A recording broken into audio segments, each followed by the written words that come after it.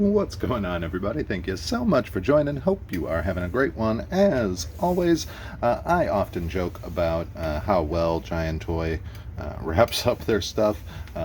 They severely secure their packages.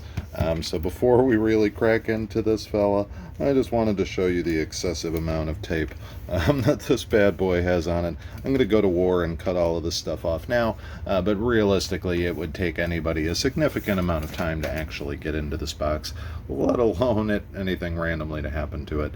Underneath all of this armor, there's even the corner protectors. I mean, this is definitely like a pretty significant armor class. So I'm going to go ahead and dig into that, then we'll actually get a chance to look at the fella. So we'll be back in a bit. Alright, so a brief update. I have made it through what appears to be the first shell, and I think there's a slip cover of some variety on here, so I'm going to try and do a little more cutting and wiggle it the rest of the way out of here. Alright, so I finally have made it through the external sleeve. Sadly, the brown box doesn't really tell you what this is, and I haven't either yet. So, for those that are wondering, we are taking a look at the second Final Fantasy critter I have gotten from Vicky Secret Toys. They recently launched a Chocobo. Now, there are two different versions of this fella. There is one with a harness and one without.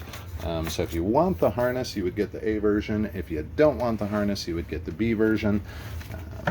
I unfortunately hate styrofoam, so we're going to just take this over to the side, tip it over, give it a little shimmy. And out it comes. Alright. Now, one thing that I did find kind of fun with this, when I got the Red 13 figure, I kind of joked about how I didn't think that they should call it a figure because it wasn't articulated, and I'm going to pretend that they heard that because they actually refer to this as a diorama. I know that they really didn't, but it makes me feel better.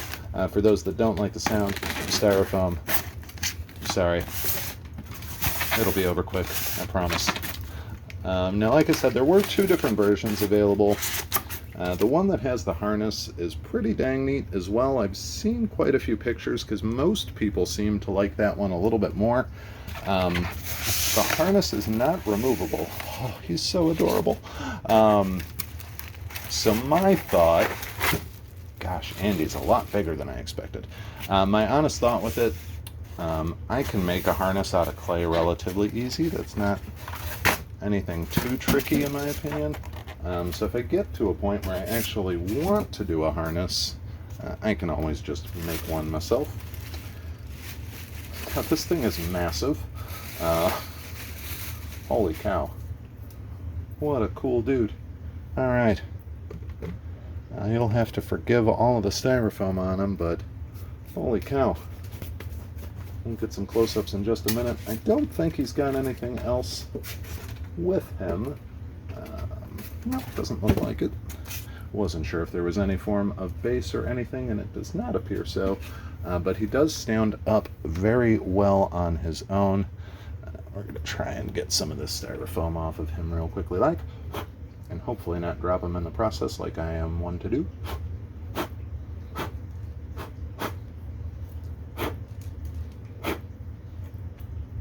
And now I get to do some vacuuming later, which will be exciting.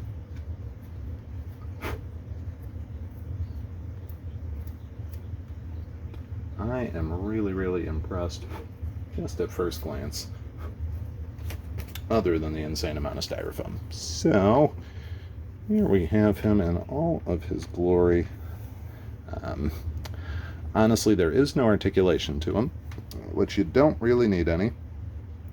The harness, if you were to get it, he does have a beak cover that attaches, and then it drops down, and then he's got the little harness on there. I honestly think you could get a saddle for most 6-scale horses and things of the like and probably modify it pretty easily.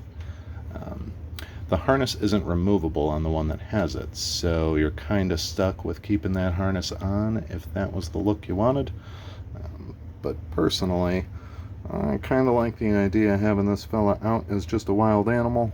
And then, like I said, if I ever do want to get a harness for him, I can make one buy one through Etsy, something like that. So I'm going to go grab red real quick just for a size comparison, and I'll grab another 6 scale figure of some sort just so you can see it up close to another one, because honestly, size-wise, he's probably about 12 inches tall. He's a big dude. So we'll be right back. Alrighty, and back for just a real quick size comparison for those that are wondering. As I mentioned, he's a big fella. I grabbed a Serene Hound figure because I simp for them pretty hard, and anytime I can show one of them off, I do, because they're awesome, and y'all should get them to support them, because big hearts. And then you got red next to it as well. Honestly, I was surprised seeing them side by side how much smaller Red 13 is than that. I knew the Chocobo was big when I pulled him out, but I didn't expect him to be that much different in comparison side by side. So that was sort of a shocker there. I do think that's technically accurate as far as size goes, so I'm not overly surprised by it, but I think just seeing him right next to it really kind of put that all into perspective. But definitely a big Chocobo, certainly rideable for any of the 12-inch figures that you're going to have. I might end up putting a couple Jawas on him, who knows. I like doing little combo sets like that for fun displays, so he might become a Jawa animal sooner or later, who knows. We'll have some fun with him. He's definitely got a lot of possibilities. Also, if you are into the Final Fantasy line, there are tons of great ones coming out. Game Toys had an amazing Cloud and an amazing Sephiroth. I think they just did a second version of Cloud that came out with one of the motorcycles. I'm probably not going to get them myself.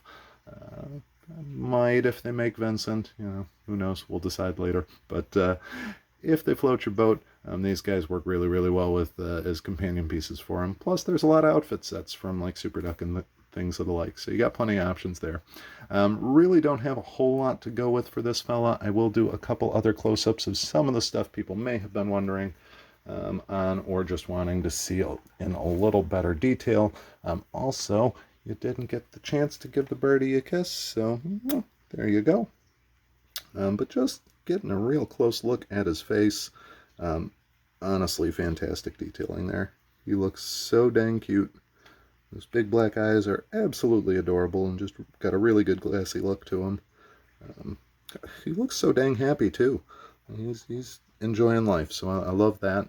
The coloring on the feathers is phenomenal. They did like a really nice kind of orange tip to it, so it really does give him a good golden look. And honestly, what they did with his feet, pretty impressive. They scaled those up really well. Reminds me of dinosaur feet, which it should, because that's how bird feet look. Anybody that's ever been around birds a whole bunch, pretty darn similar to that. So they did a really good job there. Honestly, I can't say enough about how cool this thing is. He is massive and glorious. And there you have it.